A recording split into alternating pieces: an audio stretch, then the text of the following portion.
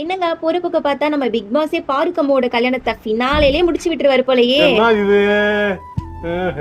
நேத்து TTF task ஃபைவ்ல கமருதீன் நம்ம பாரு வச்சு மத்தாரமா செஞ்சிட்டாரு. அடடா பாக்குறதுக்கே கண்ணுக்கு அவ்வளோ குளிர்ச்சியா இருந்துச்சு. ஐயோ மைண்ட் வாய்ஸ்ன்னு நினைச்சு கொஞ்சம் சத்தமா பேசிட்டேனே. சரி சரி கண்டுக்காதீங்க. மைண்ட் வாய்ஸ் நினைச்சு கொஞ்சம் சத்தமா சொல்லிட்டோம். ஒரு வேளை பேட்சப் பண்ணிட்டு போயிருவாங்களோ. ஆனா அவங்க உண்மையாவே சண்டை போட்டாதானே பேட்சப் ஆகுறது. அவங்க தான் லவ் அண்ட் ஃபைட் டிராமா பண்ணிட்டு இருக்காங்களே. இதுல எங்க இந்த பேட்சப் ஆகுறது? எனக்கு மனசே கேக்கல. நான் கூப்பிட்டு கேக்குறேன், எம்மா எம்மா என்னம்மா இது?